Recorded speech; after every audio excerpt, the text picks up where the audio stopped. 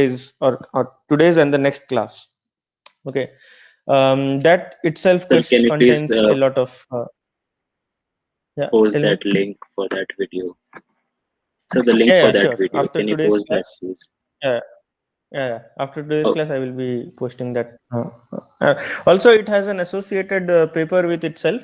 By the way, remember, as I had discussed in the um, at the very beginning of the course, once we, cross the 12th class or the 13th, 14th class, uh, let's say threshold, from then onwards, we will only have case studies. Okay. So the purpose of these questions and these quizzes are to make you familiar with these type of evaluations. In fact, all of these evaluations, there is no new mathematics per se apart from this couple of theorems which we have studied. It's still, most of what we will be doing today are straightforward extensions of your knowledge about random variables. Okay, there's nothing much extra to it. Okay, but still we have this introductory preparation of this stochastic geometry, which we are calling the stochastic geometry primer, just to get your hands trained on doing these evaluations. Okay, but our focus, which we will be doing in our second half of the course, probably after the mid-sem, is just take up papers and see what they have done and try to implement or try to recreate their results in some sense, both from the theoretical perspective as well as the numerical evaluations of it. So for the moment, don't worry too much about if you are not able to get exactly the correct answer or not. uh, just try to yourself realize which parts of these concepts like random variables, random processes, stochastic processes, which parts I think you would be lacking in, so that you can go back and brush them up a bit. Okay. So these things would be more clear when we do today's quiz too. Okay. um, so the questions that is contained in this quiz too, um, actually can be attempted by anyone who has done a basic probability course. It's just a extension in this course that we have these specific PDFs and specific CDFs and specific theorems which dictate these things. Okay. Otherwise, there is no new, let's say, mathematics which we are deriving. Okay. Nevertheless, as you mentioned, we would be doing more examples and more, let's say, hands-on solutions and exercises uh, in the office hours. Okay. Um, if anyone did anyone try out the MATLAB exercise or MATLAB file which I had posted by changing yes, parameter? sir. Okay. I tried it, and sir, I've did that. You mentioned that we can for that removal of first base station Mm-hmm. in the R vector, we can do the sorting and then we can remove the first element. So I tried Okay. that, but I was getting some problem in that code. I really was not getting it. What was the problem? Because it was showing me the matrix, some matrix size extension problem. Okay, so let me discuss briefly this code as well today, because I think, as you might have already known, this course is 50% the theory, but 50% implementation of these things in MATLAB or Python, right? So I think it's important to spend a bit of time knowing the intricacies of simulating these communication networks as well.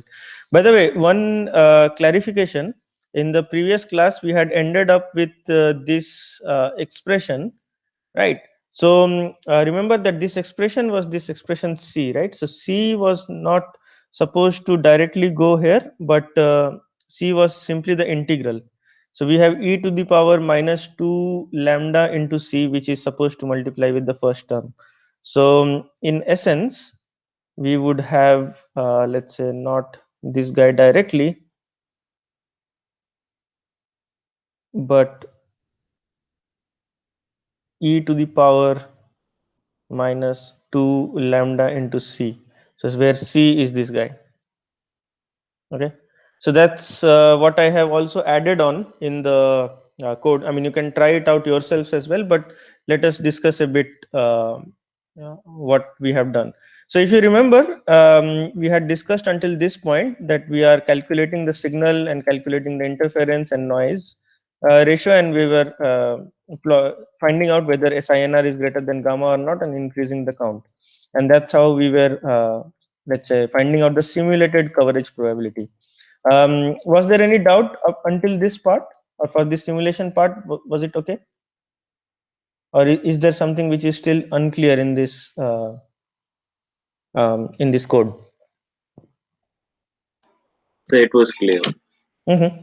Okay, so if this is clear, let us see how good our formula is. So remember that in the previous class, what we had discussed was simply generating points which represent these base stations, right?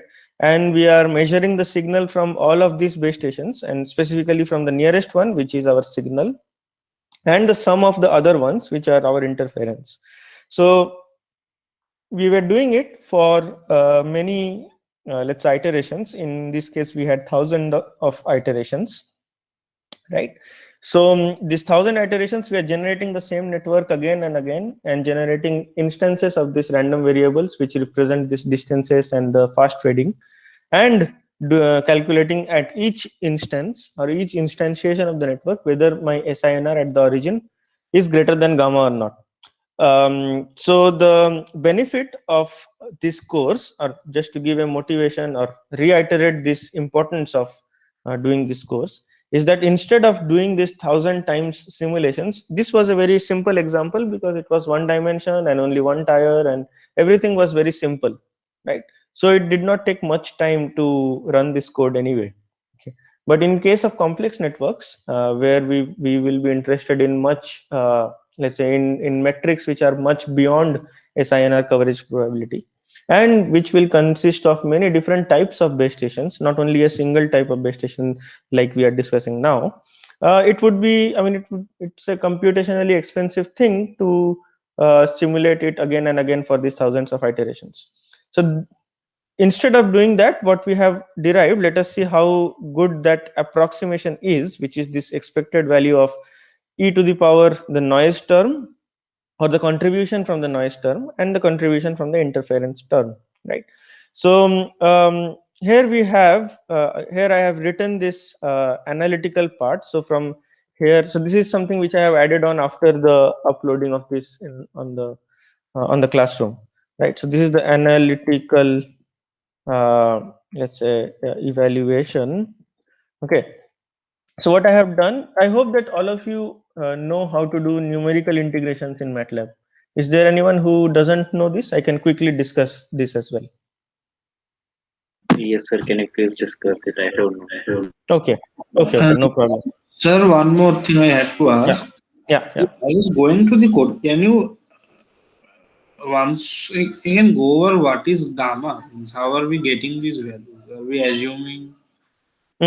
So okay, let's go back to where we started from. Okay, let's do a brief bit of recap for the theory, as well as I'll do the numerical integration as well. Okay, so gamma is a threshold. Okay, so what we are interested in is whether the SINR that I am getting at this origin is greater than gamma or not. Okay, gamma, it can be a operator defined parameter.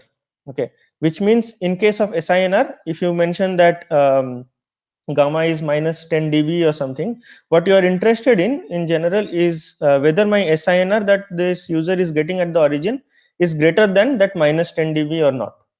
Okay, so where do we come up with these values of minus 10 dB or 0 dB or 10 dB? It depends on the application as well as the device itself. So as I discussed in the previous class, no matter the applications that you are running, whether it's a voice call or a video download or something else, the first thing that a mobile device has to do is it has to be able to decode the control channel. Okay, once a control channel is decoded, you will say that a successful establishment of the connection to your serving base station has been created. Okay, and I had given you the example or the practical way to visualize this is this bars that you see in your phone, right? So when you are seeing at least one of these bars active, that means your phone is able to decode the control channel at least. That means you are able to establish a proper connection to the serving base station.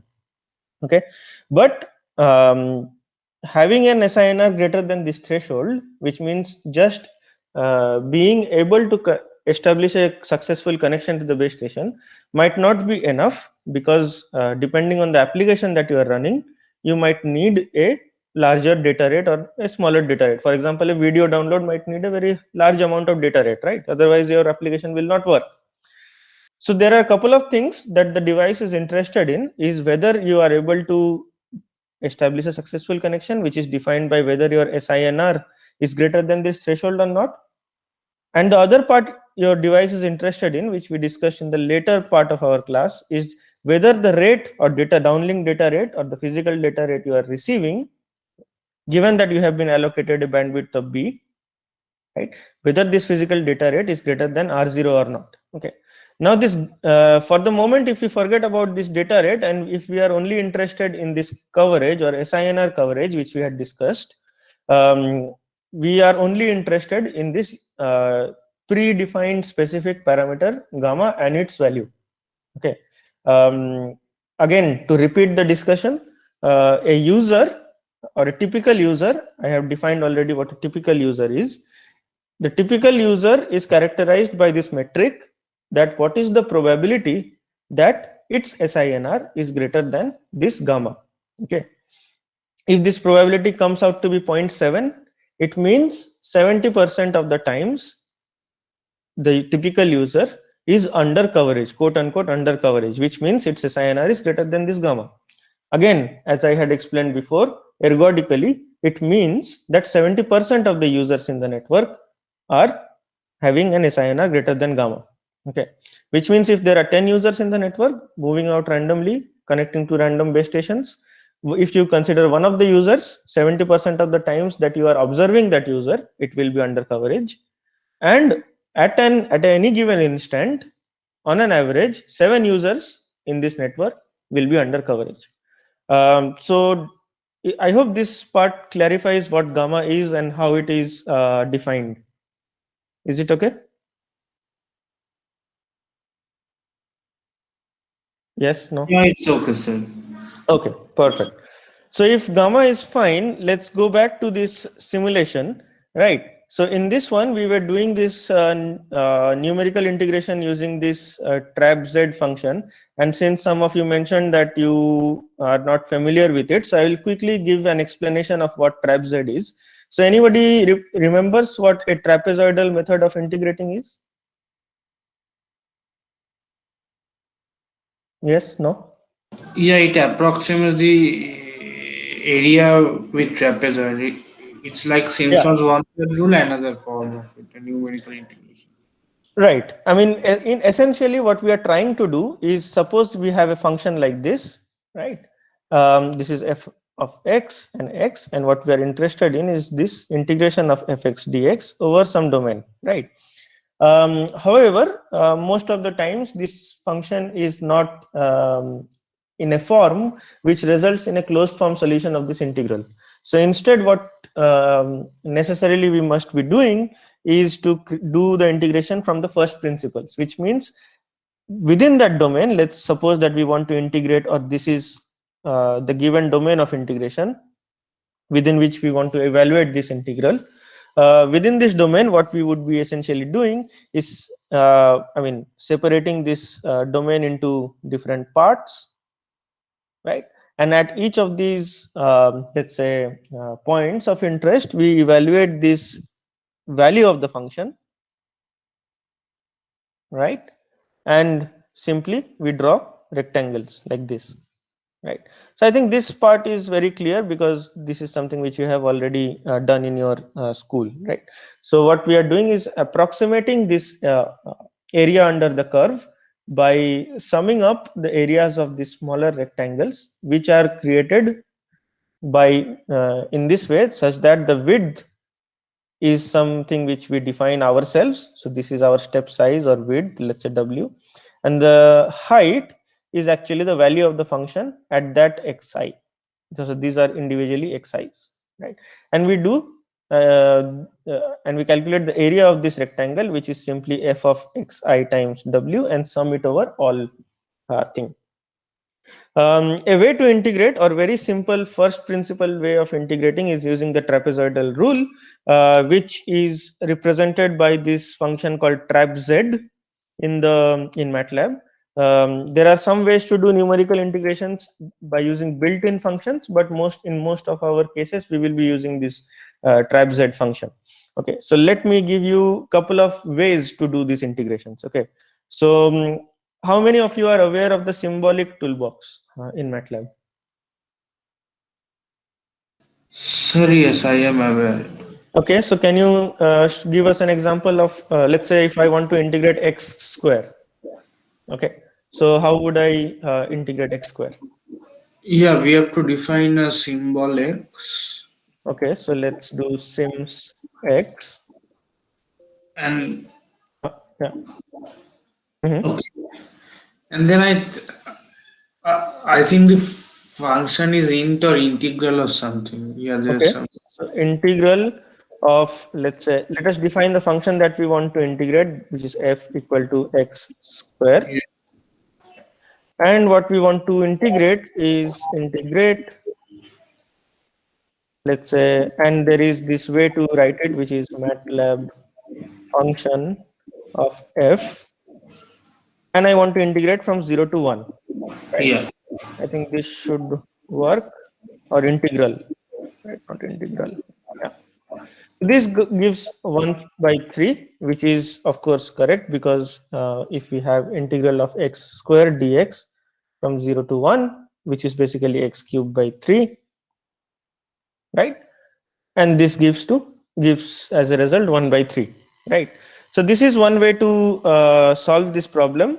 The first one is to define a symbolic variable x, define a function which is a function of x, which is x square, and we have this uh, syntax to evaluate this integral, which means I define a MATLAB function of x square and I want to integrate between 0 and 1.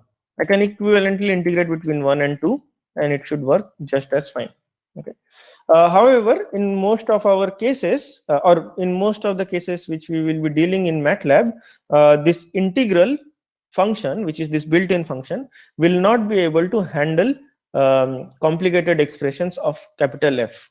Here capital F is a very simple expression, which is x square, but in most cases it will be combinations of such functions. Case in point, this in the lecture 7 we had ended up with a double integral. Okay, we were able to evaluate the first integral by hand because we knew about this closed form expression, and remember that this was only valid for alpha equal to 2. For alpha not equal to 2, this would not evaluate into a closed form expression, right?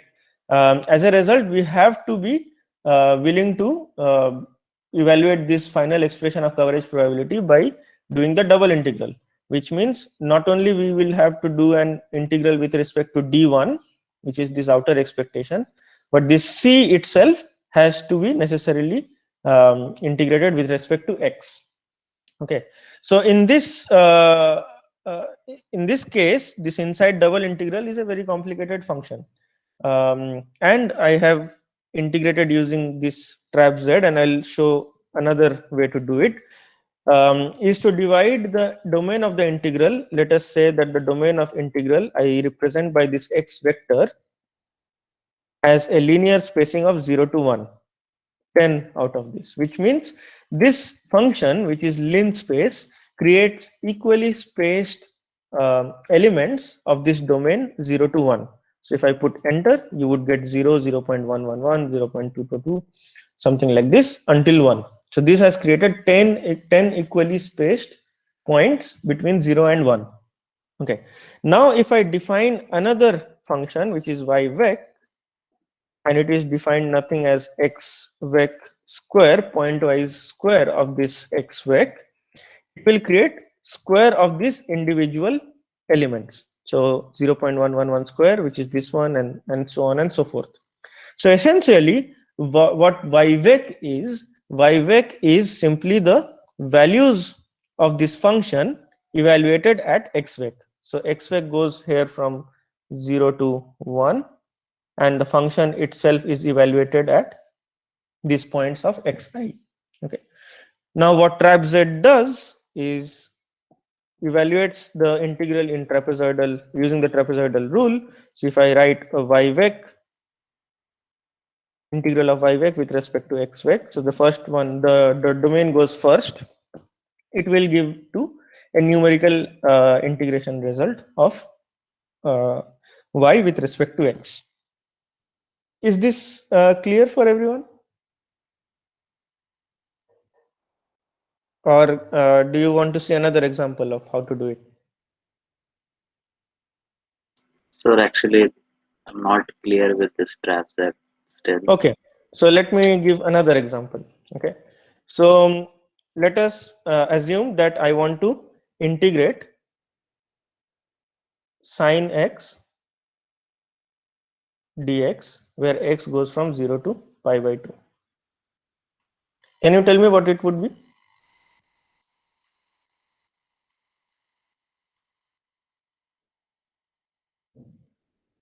Yes, no? So Integral of yeah, -1. -1. Okay, so how do we do it? So sine x integrates to minus of cos x, is it? And this goes from 0 to pi by 2, or sine x integrates to cos x, I guess. Yeah. So this becomes 0 minus 1 equal to -1. Okay. So how do we do it in this using this TrapZ method? We would first define x going to 0 to pi by 2, which means we will create linearly spaced items between 0 and pi by 2. Let's say 10 of them. Let's say 20 of them. What does it do? It creates elements, 20 such elements, which are linearly spaced between 0 and pi by 2. Please feel free to interrupt me at any time which is not clear. Okay. Now what we have is we have to define some y vector which is sine of the x vector. So it simply creates the function that we want to evaluate.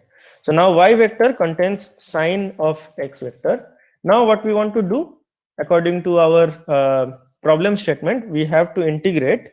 So trap z at which positions we have to, the positions are given by x vector, and what values, the values are given by y vector. So The x vector is not defined, it's x, I guess. okay, so let's go for x. So let me Y vec do, also. so y vector I can redefine as sine of x.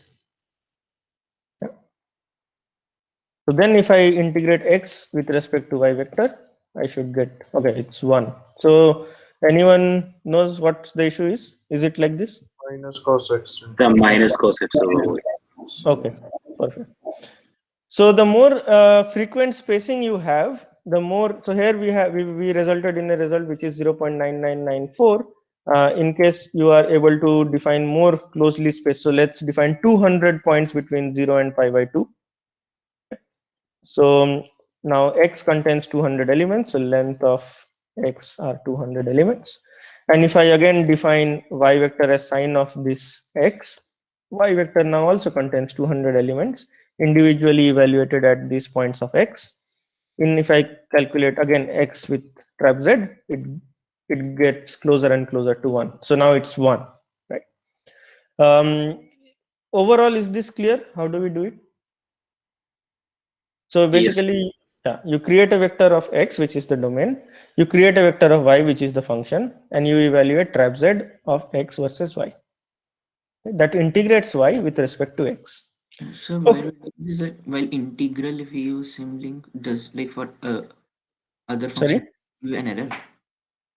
Sorry, can you repeat, We please? use symbolic toolbox and integral function, then do we Mhm. face error? Like why are we doing this?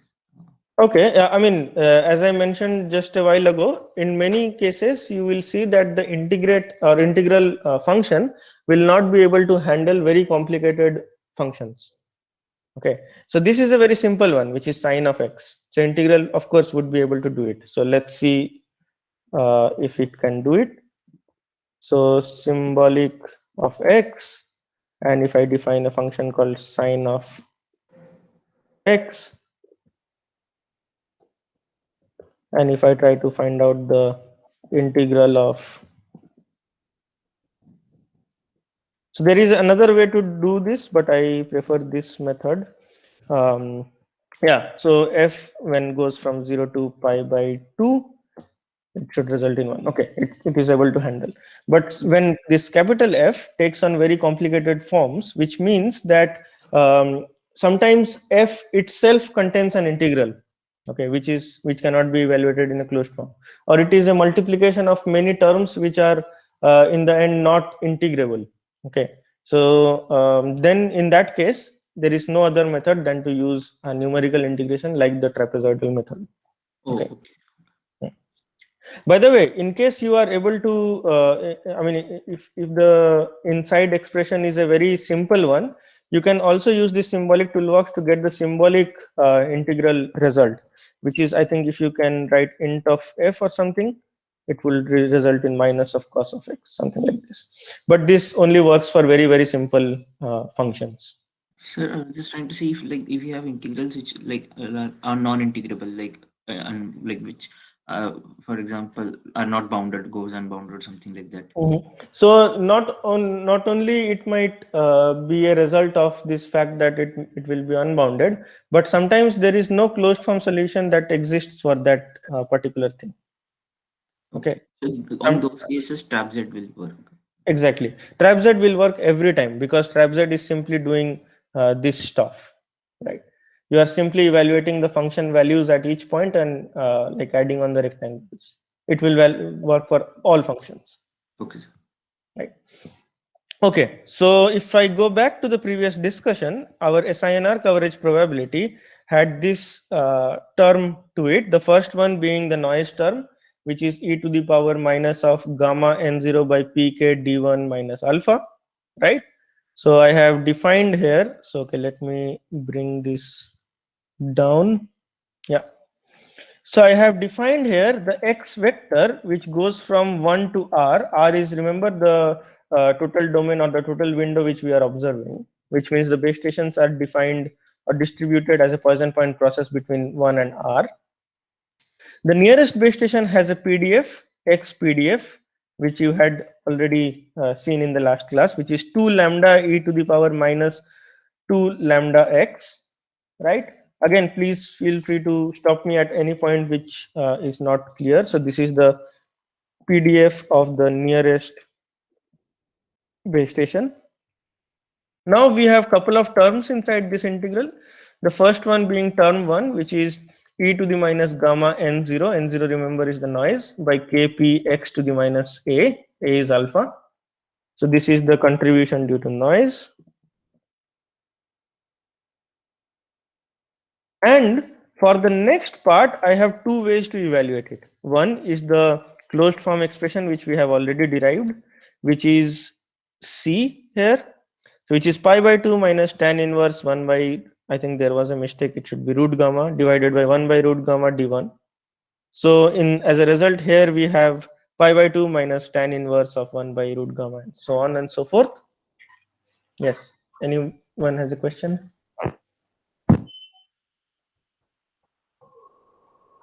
Yes, Vaibhav, you have a question? No, sir, by mistake I am muted. Okay, no problem. The other way which I wanted to demonstrate here is that sometimes when you, again to repeat this point, when you are not able to do this integral, remember that you will not be able to do this integral if alpha is not equal to 2, for example. If alpha equal to 3.5 or something like that, it will not result in a very elegant form of tan inverse root ax by root a, right? So in those cases, what you have to do, you have to integrate this function, which is gamma by this stuff. So I have written it here, which is gamma by gamma plus x to the minus 2 y to the 2. So y is now the inner integral's dummy variable. So it's this guy. Where does it go from? For a given x, which is x is the serving base station, y goes from the serving base station to infinite. I understand there is a mismatch of this notation here because I use x here and y there. Just to clarify, we have y here and y here. It should work the same because y is a dummy variable. So we have to find out this integral of gamma by gamma plus y square d1 to the minus 2 dy, where y goes from d1 to infinite. Remember that d1 itself is varying from 0 to r. Is it clear? So what we do is we write a loop where we fix the value of x vec. So x vec is our d1. So PD of the nearest base station of the distance to the nearest base station. Remember, the distance to the nearest base station is given by d1. Now here y vec for each x vec goes from x vec to r. So which means when x vec is 0, it goes from 0 to r. When x vec is 2, it goes from 2 to r, and so on. For that, we define this inner function, which is temp2, which is simply gamma by gamma plus whatever we had there. And we evaluate this term 2, which is e to the power minus 2 lambda into integral of y vec across temp2. Okay. I hope this part is also clear. So this step simply evaluates this integral. So integral of d1 to infinite, this gamma by this term across dy. So we have this term which is temp2. We are integrating with respect to y, where y goes from x to r. Okay. So again, once we have these terms, we will have this term for a single value of x vec. Sorry, in single value of x. So term 2 produces this evaluation of this integral for a single value of d1. And once we do it for all d1s, which is done using this loop, we will have this term 2, which is evaluation of such integrals for all values of d1. As a result, we can now evaluate the final coverage probability, which is coverage probability of analytical 1, which is now the integral across all d1, which is x vec, term 1, which is the noise, term 2, which is the evaluation of these integrals for individual values of d1, multiplied by the PDF of d1. Okay. The other way to do it, in case you have a closed form expression for this integral, which is simply use this term, right? And just substitute that term here. So we have this term 2, which is simply the closed form expression. Now we have e to the minus term 2. Okay, I think I have missed something here. So it goes e to the minus 2 lambda term 2. So e to the power minus 2 lambda into term 2 multiplied by the noise term multiplied by the PDF of d1. So these are the two ways to evaluate the analytical expression. So let's try to plot it. Plot versus the gamma in the x-axis, which means, to come back to the initial question which you had in today's class, is what is gamma? Gamma is, let's see if a operator needs coverage probability of greater than minus 40 dB, which means anyone who is getting SINR greater than minus 40 is said to be under coverage. We vary it until, let's say, 30 dB, which is very high end of the coverage requirement. So gamma 30 means only those users which are having an SINR greater than 30 dB is said to be in coverage. So let's plot across this whole spectrum this value of the coverage probability. Okay, so naturally okay, let's see the results.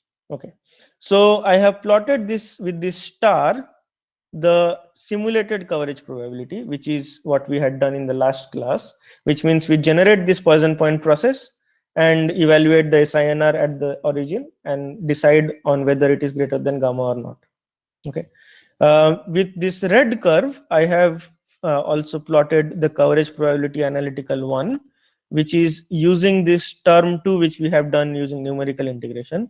And with the black line, I have plotted the one which uses the closed form expression, which is the tan inverse stuff. Okay. So we see that the star is closely matched by the red one. The black one slightly overestimates a bit, but we can correct it. There is a reason why this is occurring. Can anyone, I mean, the most astute observer would be able to say why the black one is a bit different? Anyone? So can you open the analytical expressions again? I think Mhm. that might help.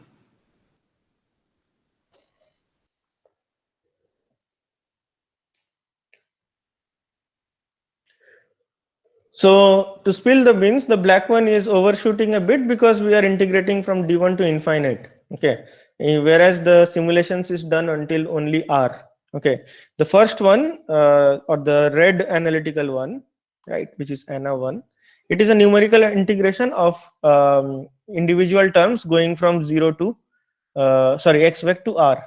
Whereas the this term which we are using of tan inverse, of course we are integrating from d1 to infinite. We can correct it by changing the first term to be tan inverse of this r by square root gamma and so on. But for the moment, let's not worry about it. It's just to show that all these complicated extensive simulations which needed thousands of realizations to get to, which is the star points, we are able to get to it with a single line of code followed by a simple numerical integration. Okay. Couple of quick points which we continue from the previous class is that, of course, a coverage probability is a decreasing function of gamma. The x-axis is gamma here. Naturally, it will be a decreasing function because the probability that you are greater than minus 20 dB is higher than the probability that you are greater than, let's say, 10 dB or 20 dB. So it's essentially the complementary CDF, right, of SINR. Remember that SINR coverage probability is defined as the probability that the SINR is greater than gamma, which means if SINR is thought to be as a random variable, this coverage probability is simply the complementary CDF of SINR, right? As a result, we have this decreasing function, and it allows us to get some dimensioning results, which means, okay, let me go back to this figure, which means that in the current dimensioning of the network, if you are observing, let's say if you specify minus 10 dB as your operator or your device requirement, which means all the devices in the network are only going to function if your SINR is greater than minus 10 dB. So from this evaluation, we can find out that, okay, at minus 8 dB, or if I go here, at minus 10 dB, my coverage probability is 0.74, which means in the current scenario of the network, which means if I have every base station at, a base station at every 100 meters, remember this is a straight line. Okay, so if I have a base station every 100 meters where they are operating each with a power of minus 50 dB, right, we will be able to have 75% of the users in this network under coverage. Okay, let's try to quickly see a couple of important examples, okay, or a couple of important corollaries. So for that, we don't need to plot both of them. Let's only plot one of them. So let's only plot the analytical one because we have validated our calculations. Okay. What does it mean is that once we have validated that the analytical one and the simulation ones match with each other, from then on, the more detailed analysis of the network we can only do using one of them. Okay, so let's for the moment not go into these iterations business, and let's comment all of this out and only consider the analytical expression, which will be quicker to solve. Okay, and let's plot this single analytical expression. So this is what we would be interested in. So my question, a couple of quick questions. What do you think would happen if I increase or decrease lambda? What should be the impact of the SINR of a user at the origin if the density of the base stations increases? Should So it yeah. more interference and this. Sir, if lambda is very, very high, then SINR should reduce. Yeah, it The should be. interference is also increasing. So remember, what we are interested in is signal by noise and interference. Okay. So suppose if we were okay, let's start with the easiest example, which is we are only interested in the noise. Okay. So coverage analysis 2 is not of our concern. We are only interested in the noise, which means that the coverage probability of the analytical coverage probability only depends on term T1, which means that we are defining whether a user is under coverage or not only by the fact whether the signal by noise ratio is greater than the threshold or not. So here, if I define SNR, which is PKD1 minus alpha H1 by N0, this is SNR as compared to the more general SINR, which takes into account the interference as well. So if I have such a scenario where I am interested in the SNR, do you think what would happen? What do you think would be the impact of increasing and decreasing lambda? So it should Then, increase. yeah, it should increase SNR. Why? Sir, my Yeah, serving Because station would might be be closer. One at a time. One at a time. Yeah. Sir, if I increase my lambda, that means that basically my serving base station might get closer to my location. Okay, that's correct. So let's validate that observation as well. So I have deleted term 2 from here. So I have term 1 into the PDF. So I get certain value of this SNR coverage probability. And if I increase, let's say lambda 10 times, probably or hopefully it should increase. If it doesn't, I don't know. Yeah, it has increased until, I mean, it goes beyond 1 in some sense, but of course it cannot. It is a numerical integration problem. But let us remove this red stuff so that we can compare. Okay. So previously we had one base station every 100 meters. We have this. Now if I have two base stations every 100 meters, I have an increased SINR coverage probability. So the red is above the blue one. Above means better here, because the probability that the number of, or the fraction of users that are under coverage previously was 79%. Now it has gone up to 90%, right? Okay. Which means that if you increase the density of base stations, or if you you can go and tell the operator that if you increase the number of base stations to 2 times the number that there are currently, you increase it by 2 times, or you increase it by 15 percentage points, going from 75 to 90. Okay. The effect of increase of power, what do you think it would be? So SNR again would increase. Right. So if I plot again for 1 every 100 meters, which I had this, and now increase the power from minus 50 to minus 30, my SNR coverage increases considerably. So this gives you another interesting point. Now if I check that at minus 10 dB, what was previously, okay, if I come here, yeah, what was previously 79 or something percent, now it has gone up to 98%. Now what it means is that you can go and tell the operator that you have certain number of base stations currently. Okay, if you want to increase it by 15 percentage points, of course you can deploy twice as many base stations. On the contrary, if you install a amplifier at each of these transmitters, which increases the power from minus 50 to minus 30, which means increases the power by 20 dB, while keeping the same number of base stations in the network, you can in fact do better and go to 98% of coverage. Okay, so this is an inference which we have from here. Okay. The impact of this increase of power and increase of intensity was very clear when it was only SNR. Now comes the fact of SINR, so which means we have to multiply the term 2 here. So now, can you tell me what would be the impact of SINR or SNR on SINR with changing lambda and power? So let's start with power. Okay, let's plot. This one is for. By the way, as a comparison, let us keep the one with SNR. Okay. So we have this is the SNR coverage probability when it is minus 30 dB and one base station every 100 meters. Now, if I go to the SINR,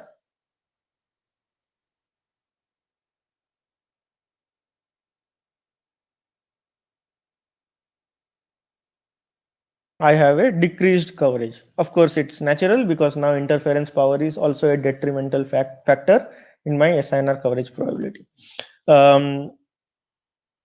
Now, if I increase lambda, which means I increase from one base station to two base stations per 100 meters, let us see what happens. In quite surprisingly here, nothing changes. Can you see that the orange one is overlapping the red one? So increasing the base stations by twice as many has no considerable impact on your SINR. And in parts, all of you have answered this question, but can you repeat why this is happening? Sir, by increasing the base or the number of base station in unit distance or lambda, even though my serving base station is moving closer, my interference is also increasing. Right. And this is resulting in a constant SINR. And the reason why this is occurring is, let's verify here. Okay, we don't have the simulation. So let me uncomment these things as well. And if I run it, so I mean, as a first observation, you see that the simulations take a bit more time. So as a result, what you see is that our simulated interferences, so interference is of the order of 10 to the minus 12, whereas our noise is of the order of 10 to the minus 14.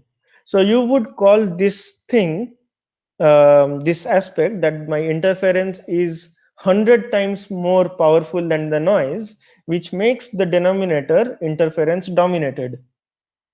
Can you agree with this fact that the interference, since it's much more powerful than the noise, it dominates the term in the denominator, which is SINR, is now simply signal to interference ratio rather than signal to interference and noise ratio.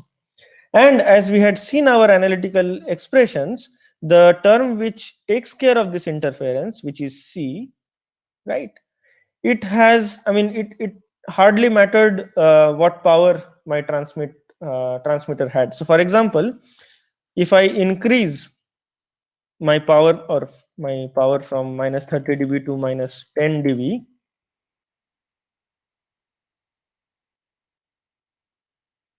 so I would be seeing another overlapping. So this green one, which now exactly overlaps the orange one. So if I actually delete the green one, you would be able to see the orange one below it, or the blue one, whatever it is. So the power hardly matters in this case. Transmit power hardly matters in this case, because you see that my network is interference dominated. Okay.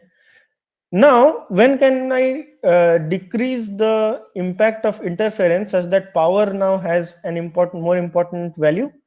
When my base stations are actually very, very far apart. So for example, if I put lambda equal to 0.001, it will be too much actually, because I think not enough points would be created. So okay, I can remove the simulations for that matter.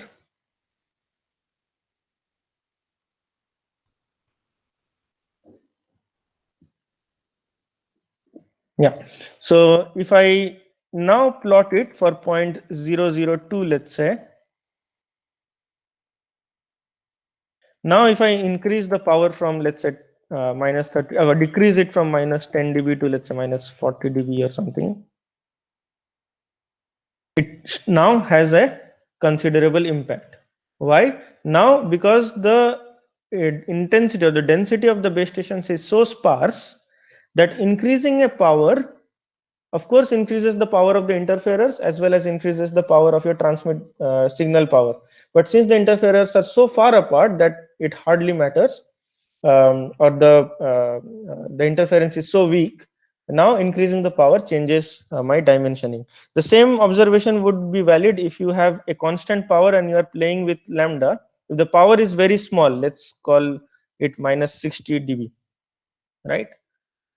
Now if I had one base stations every 100 meters and I have this graph, now if I have on the other hand two base stations every 100 meters, hopefully something would change. Yeah, now you have a considerable difference. Why is it happening? Because now the powers are so small that the noise term is comparable to the interference. Previously the interference was the dominant term, right? Since the noise becomes an important aspect here as well, what happens is that this first term now also plays a role in evaluating the SINR coverage probability. Remember, the first term is something which has power built into it. The second term has no dependence on power. Okay.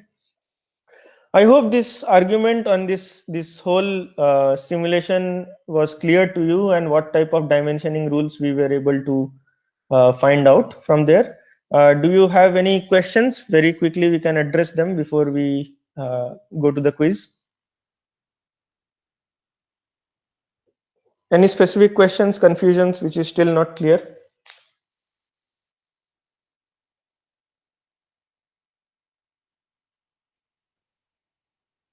Yes, no? Okay. If not, I will be sharing with you this code, this updated code as well. But I would urge you to write your own. Specifically, see if you can write the generic one for 2 dimensions, because this code which I was discussing currently was base stations along a single dimensional domain, right? Try to see if you can write the same thing for 2 dimensions. Only some terms would change. This pi business would come in, and rest of it would be more or less the same.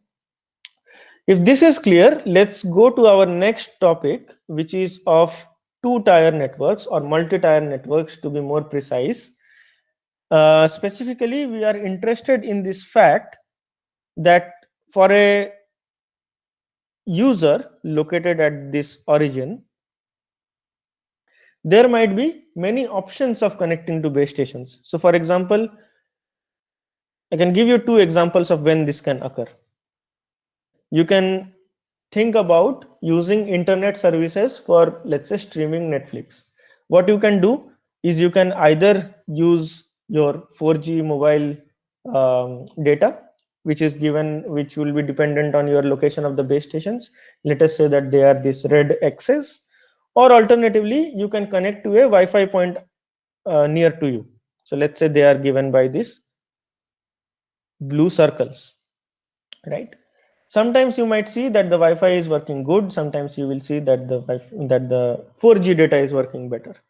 So what are the factors that that control this thing, or that dictate which one will give you a better connection? The factors that control this thing are, from your perspective, which is the closest one, which means how far my blue circle is or how far my red circle is. Also the power of transmissions of each of them, which means if I am looking at a base station connection which is connecting to this red X,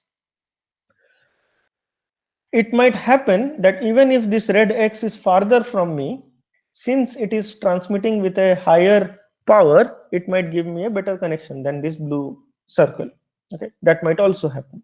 Okay, for example, if you are located, I mean, if you consider our campus, if you go to, let's say, the main gate, right, you are not able to reach a Wi-Fi access point. It might be very far from you. Okay, you might not be even getting the Wi-Fi signals, but that does not mean that the Wi-Fi access point is farther than a base station. The base station might be located many kilometers away from you. Okay, but just because of the fact that the base station is transmitting with a higher power, it might be beneficial for this service to be run on a base station connection. Okay, you can think about the same thing as having a dual SIM mobile phone and deciding which network you want to choose for either doing your voice call or your data download. For a single operator as well, this is a problem, because sometimes your phone, and this is a bit abstract from you, you are not able to visualize it, but what happens is that your mobile phone is actually calculating the downlink powers from all possible options, or measuring this received power from all possible options. It can happen from a large base station as well as from a small cell, and it automatically connects to the one which probably gives it the better service. In case all of these blue circles and red crosses are transmitting in the same frequency, as I discussed in the previous class, it becomes a more simple problem because all the elements are interferers. However, in case they are operating in different frequencies, right, that case becomes much more interesting, because sometimes it is not enough to just connect to a let's say blue circle if only if it is giving you the better power. But suppose there are many blue circles like this and the other ones would create interference, it might not be of benefit to you to connect to the blue circle even though it is giving you the better received power. Nevertheless, the quiz 2 that we will be doing now builds on this notion, and we will continue this discussion in the next class as well, that how do you characterize the performance of this mobile phone when there are many contending base station tires to choose from. In the quiz, we will be trying to evaluate what is the probability that the power you received from this blue circle, the nearest blue circle, let's say, is greater than the power you are receiving from the nearest red circle. So this is the background to it. This I had previously given you as a homework problem. I don't know how many of you tried or not, but it simply builds on simple probability statistics, the basics on probability and statistics. The quiz will be posted right now at 5 o'clock. I think it should already be gone. Let me check once again. Yeah, and you can take 45 minutes to do it. You upload it by 5:45, so to say, and I will explain what this is. So the question consists of a two-tier network, which is tier 1 and tier 2. The locations of the base stations of tier 1 and tier 2 both are modeled as points of independent Poisson point processes phi1 and phi2. So phi1 represents the point of tier 1, phi2 point represent the points of tier 2, phi1 is independent of phi2. The parameters are as follows.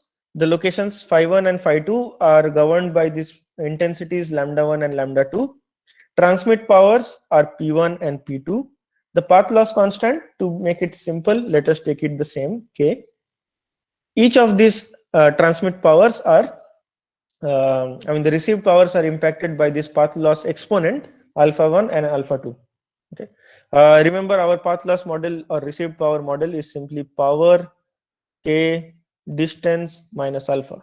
Okay.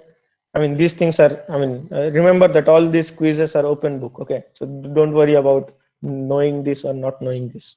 What you have to do is, from the perspective of the typical user, which is located at the origin, the simplest one that you have to do is find out the distance distributions to the nearest points of phi1 and phi2. It's a very simple one. It's very straightforward from what we have discussed.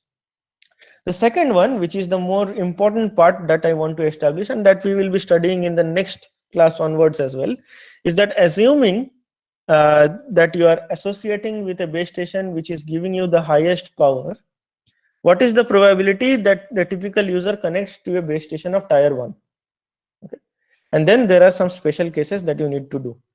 To encourage you to do these simulations, I have given a part D, which is simply what you derive in part B, you just plot it in MATLAB. By the way, this is just the analytical one. You do not need to simulate this network. You just need to plot the equation that you have derived.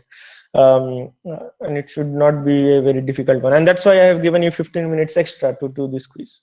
The bonus of 2 marks is if you can verify it with the simulations. Okay. I hope the questions are clear.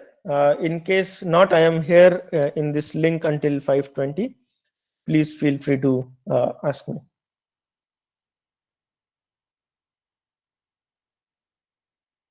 So the questions are not yet up in the classroom, I think. Are you sure? Because I'm opening it from the classroom, right? Okay. Okay.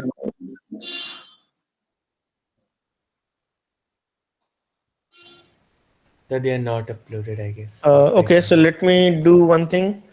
Let me post it directly. Okay.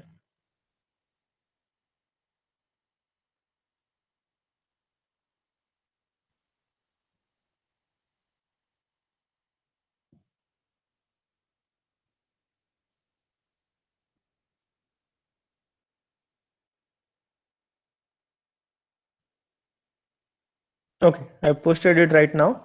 Let me see what is the issue with the other one.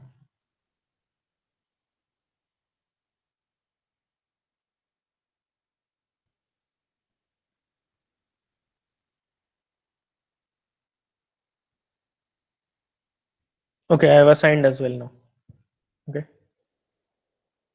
So just make sure you upload against the assignment.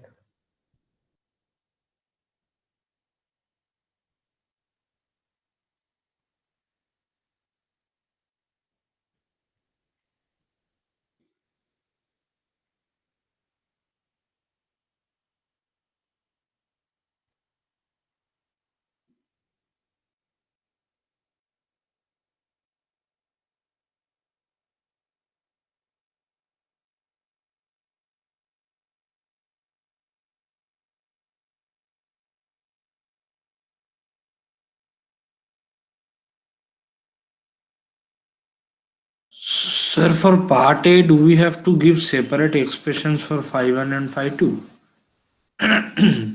Yeah, I mean that is the question, that you have to say what is the distance distribution to the nearest point of phi1, and separately what is the distance distribution to the nearest point of phi2. Okay. So this is the 2D realization, right? Yeah, it's a 2D realization. Sorry, I think this was not mentioned. Yeah. So it's a 2D realization and it's R2. I mean, the generic case.